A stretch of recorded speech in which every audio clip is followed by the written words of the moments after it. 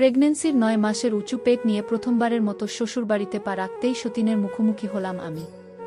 এখানে এসে লোকমুখে জানতে পারলাম আমার স্বামীর দ্বিতীয় স্ত্রী আমি। আমার আগেও সে একটি বিয়ে করেছে। ইভেন এখনও তার প্রথম স্ত্রী রয়েছে। প্রথম সংসারে তার ৫ বছরের একটি মেয়েও আছে। অথচ আমাদের বিয়ের আগে ঘুণাক্ষরেও সেসব টের পাইনি আমি। এসব কিচ্ছুটি স্বীকার করেনি সে। হয়তো এই সত্য কখনো জানাও হতো না যদি আমি আজ নিজ থেকে তার খোঁজে না আসতাম। মানুষটা নিখুঁতভাবে ঠকিয়েছে আমাদের দুজন নারীকে। আমার সতীনও জানে না আমি তার স্বামীর আরেকটি স্ত্রী। অচেনা আমাকে দেখে সে আগ্রহ নিয়ে জিজ্ঞেস করল, কে আপনি? আমি যদি বলি আমি আপনার স্বামীর আরেকটি স্ত্রী, আপনার সতীন আমি, কি বিশ্বাস করবেন আপনি? আমার কথায় সে প্রচণ্ড রকমের রেগে গেল। অচেনা এক মেয়ের মুখে স্বামীকে নিয়ে এমন কথা শুনলে রাগটাই স্বাভাবিক। নারী তার স্বামীকে নিয়ে ভাগাভাগি কোনো কালেই সহ্য করতে পারেনি। আমিও পারছি না, আমার সতীনও পারবে না। সে আমার দিকে অগ্নি চোখে তাকিয়ে বলল, এই মেয়ে, কি সব ফালতু কথা বলছিস তুই? এক্ষুনি বের হ তুই আমার বাসা থেকে গিয়ে। আমি কোনো ফালতু কথা বলছি না। তার সাথে রিলেশন করেই আমার বিয়ে হয়েছিল। আমি শহরের মেয়ে। আমাদের ফ্ল্যাটের পাশেই ছিল তার ফ্ল্যাট। সে ওখানেই চাকরি করত, ফ্ল্যাটে একাই থাকত। ওখানের সবাই জানত সে অবিবাহিত। মা বাবা গ্রামে থাকে, এ কথাও তার মুখের বলা। আমাদের পাশাপাশি বাসা হওয়ার সুবাদে তার সাথে টুকটাক কথা হতো। দেখা হলেই প্রতিবার সে আগ্রহ নিয়ে আগে আগে কথা বলত। তার কথা বলার ভঙ্গি ছিল অসাধারণ। আমার ভালো লাগত। যে কেউ, যে কোনো মেয়েরই ভালো লাগবে তাকে। দেখতে শুনতে ভালো, শিক্ষিত যুবক। এভাবে কিছুদিন যেতে না যেতেই সে সরাসরি বিয়ের প্রস্তাব দিল আমায়। আমি তখন অমত করলাম। তবে ধীরে ধীরে আমিও বুঝে গেলাম আমি তাকে ভালোবাসতে শুরু করেছি। এরপর আমাদের প্রেম হলো। আমি যেটাকে ভালোবাসা বা প্রেম ভাবতাম, আসলে ওটার নাম ছিল পরকীয়া। ঘুণাক্ষরেও বুঝতে পারিনি আমি তার চালাকি। সে বুঝতেও দেয়নি। প্রেম হওয়ার ৬ মাসের মাথায় সে আমাকে বিয়ে করার জন্য পাগল হয়ে গেল। আমার বাবা নেই। আমরা শুধু 2 বোন। আমার বিয়ের ব্যাপারে সে মায়ের সাথে সরাসরি কথা বলল। মা প্রথম রাজি হননি। তবুও সে হাল ছাড়েনি। এরপর বিভিন্ন কৌশলে আমার মাকেও রাজি করাল। ছেলে ভালো চাকরি করে, দেখতে শুনতেও ভালো। তাই আমার পরিবার আর অমত করেনি। মা বললেন, তুমি আমার মেয়েকে বিয়ে করতে চাইলে তোমার অভিভাবকদের নিয়ে আসতে হবে। তাদের মতামতেরও প্রয়োজন আছে কি। এরপর সে তার বাবা মাকে গ্রাম থেকে আসতে বলল। তারাও আমাকে পছন্দ করলেন।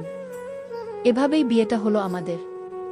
বিয়ের পরপরই তারা গ্রামে চলে গেল। আমরা দুজন শহরে থাকতাম।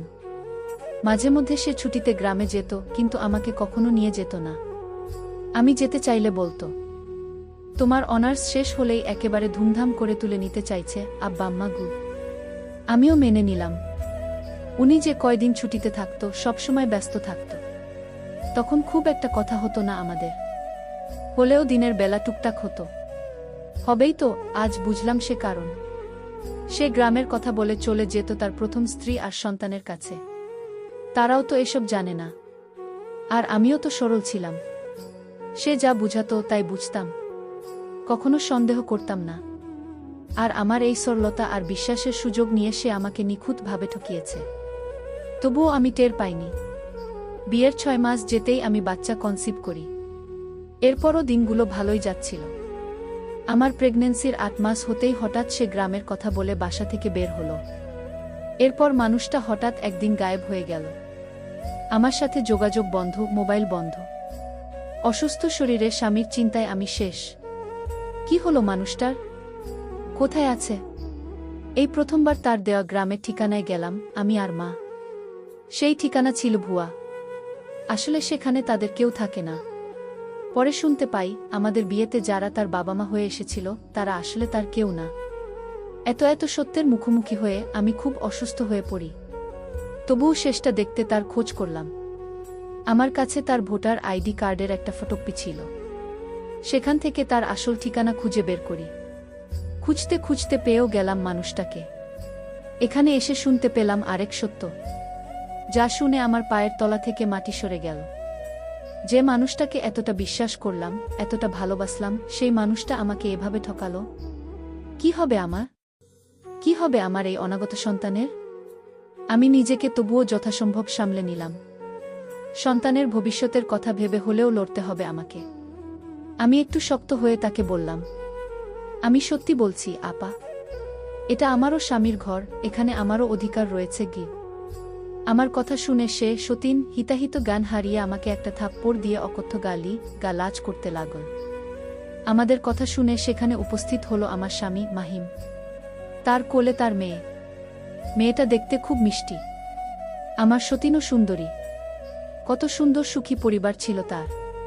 সে পরিবার রেখেও আমার জীবনটা নষ্ট করল। আমার নিজেকে আজ বড় অসহায় লাগছে। মানুষটা আমায় এভাবে ঠকালো। মস্তিষ্ক কেমন শূন্য শূন্য লাগছে আমার। কান্না পাচ্ছে খুব, কিন্তু কাঁদতে পারছি না আমি। আমাকে নিজের বাড়িতে দেখে মাহিমের মাথায় যেন বাজ পড়ল। অবাক হয়ে বলল, তনয়া তুমি এখানে? হ্যাঁ আমি না আসলে তো কখনো জানতেই পারতাম না এসব। তুমি আমায় এভাবে ঠকালে কেন মাহিম? তুমি বিবাহিত, তোমার স্ত্রী সন্তান রয়েছে, এ কথা কেন আমায় বলনি? বউ থাকতে এরপরও কেন বিয়ে করলে আমায়? খোয়াট, সত্যি যখন শুনেই ফেলছ তাহলে আর মিথ্যে বলে লাভ কি? তুমি আমার মোহ ছিলে তনয়া। ও সময় আমার স্ত্রীর সাথে মনোমালিন্য হয়েছিল, তাই আমি রাগের বসে বিয়ে করে ফেলি তোমায়। মোহ কেটে গেছে এখন, আর আমি তোমাকে চাই না। তুমি এখানে না আসলেও আমি তোমাকে ডিভোর্স লেটার পাঠিয়ে দিতাম। তুমি এখান থেকে চলে যাও তনয়া। লোক জানাজানি হলে আমার সমস্যা হবে। মেয়ে আছে আমার, তার ভবিষ্যৎ আছে। তুমি পারলে আমায় ক্ষমা করে দিও খোয়াট। গড়গড় করে খুব স্বাভাবিকভাবেই কথাগুলো বল মাহিম। যা শুনে তার প্রতি অগাধ ভালোবাসাটা আর আমার রইল না। আমি অবাক হয়ে শুধু আওড়ালাম, খোয়াট, ছি মাহিম, তুমি এতটা নীচ, এভাবে এত জঘন্যভাবে কেন ঠকালে আমায়? আরে তুমি তোমার মেয়ের ভবিষ্যতের কথা ভাবলে, আমার অনাগত সন্তানের কথা ভাবলে না? আমার পেটে যে রয়েছে সেও তো তোমার সন্তান। খোয়াট। সকল সত্যের মুখোমুখি হয়ে গর্জে উঠল আমার সতীন। বিশ্রী ভাষায় গালিগালাজ করছে আমায়। তার স্বামীর কোনো দোষ নেই, সব দোষ মেয়ে আমার। আমি নাকি ভুলিয়ে বালিয়ে নিজের শরীর দেখিয়ে বিয়ে করেছি তাকে। হা! আমার স্বামী নির্বাক। আমার সতীন তার সামনে থেকেই ঘাড় ধাক্কা দিয়ে বের করে দিল আমায়। আমি তবু নিজের সন্তানটার কথা ভেবে ভিক্ষুকের মতো ওদের হাত পায়ে ধরে একটু আশ্রয় চাইলাম, কিন্তু ওরা আমায় এতটুকু আশ্রয় দিল না। ওর বাবা ভাবল না আমার সন্তানটার কথা, রাস্তায় বের করে দিল আমায়। সাথে আমার স্বামী বলে দিল, খোয়াট, সন্তান যেহেতু আমার, তার দায়িত্ব না হয় আমিই নিলাম। তবে তোমার দায়িত্ব আমি নিতে পারলাম না। আমি আমার প্রথম স্ত্রীকে অসম্ভব ভালোবাসি। অন্তঃসত্ত্বা অবস্থায় যেহেতু ডিভোর্স কিংবা তালাক হয় না, তাই তোমার সন্তান ভূমিষ্ঠ হলেই ডিভোর্স লেটার পাঠিয়ে দেব, সাথে কাবিনের টাকাটাও। আর কখনো তুমি এখানে আসবে না। এরপরও ঝামেলা করলে কিছুই করতে পারবে না তুমি। এক্ষুনি চলে যাও তুমি আমার বাড়ি থেকে। খোয়াট। আহ! কত সহজেই মানুষটা বলে দিল এসব। আরে তুই যখন এতটাই ভালোবাসিস তোর বুকে, তাহলে তাকে রেখেও আমায় কেন বিয়ে করলি? কেন এত নাটক করলি আমার সাথে? তোর মোহকে প্রাধান্য দিতে নষ্ট করলি আমার জীবনটা। আহ পুরুষ! মেয়েদের জীবনটা পুতুলের থেকেও সহজলভ্য মনে করিস তোরা। এত এত অন্যায় করেও এই পুরুষগুলোর মধ্যে সামান্যতম অনুশোচনা নেই। তাদের জীবনে নারীর অভাব হয় না, তারা ঠিকই সুখে থাকে। এদের খপ্পরে পড়ে শান্তিসুখ পায় না বোকা নারীগুলো। একটা মানুষকে বিশ্বাস করে ভালোবেসে আমার জায়গা হলো শেষমেশ রাস্তায়। কষ্টে বুকটা ফেটে যাচ্ছে, দম বন্ধ হয়ে আসছে আমার। এখনো বিশ্বাস করতে পারছি না মানুষটা এতটা বাজেভাবে ঠকিয়েছে আমায়। আমার মনে হচ্ছে এটা কোনো দুঃস্বপ্ন। ঘুম ভেঙে গেলেই সব ঠিক হয়ে যাবে আগের মতো। কিন্তু না, এটা বাস্তব। আর কিছুই ঠিক হবে না আমাদের। হয়তো বাচ্চাটা জন্ম নেওয়ার সাথেই সাথেই আমাদের ডিভোর্স হয়ে যাবে। আহ! মানুষটার কি নিখুঁত অভিনয় ছিল। তার অভিনয়কে ভালোবাসা ভেবে মনপ্রাণ উজাড় করে ভালোবেসেছিলাম তাকে। বিনিময়ে হাতছানি দিয়ে এতদিন দুঃখ ডাকছিলাম। ঠকে গেলাম আজ বিশ্বাসের কাছে, ভালোবাসার কাছে। আহা! এ কি নিদারুণ যন্ত্রণা। এবার কি হবে আমার? কে দেখবে আমার বাচ্চাটাকে? আমি নিজেকে কিভাবে সামলাবো,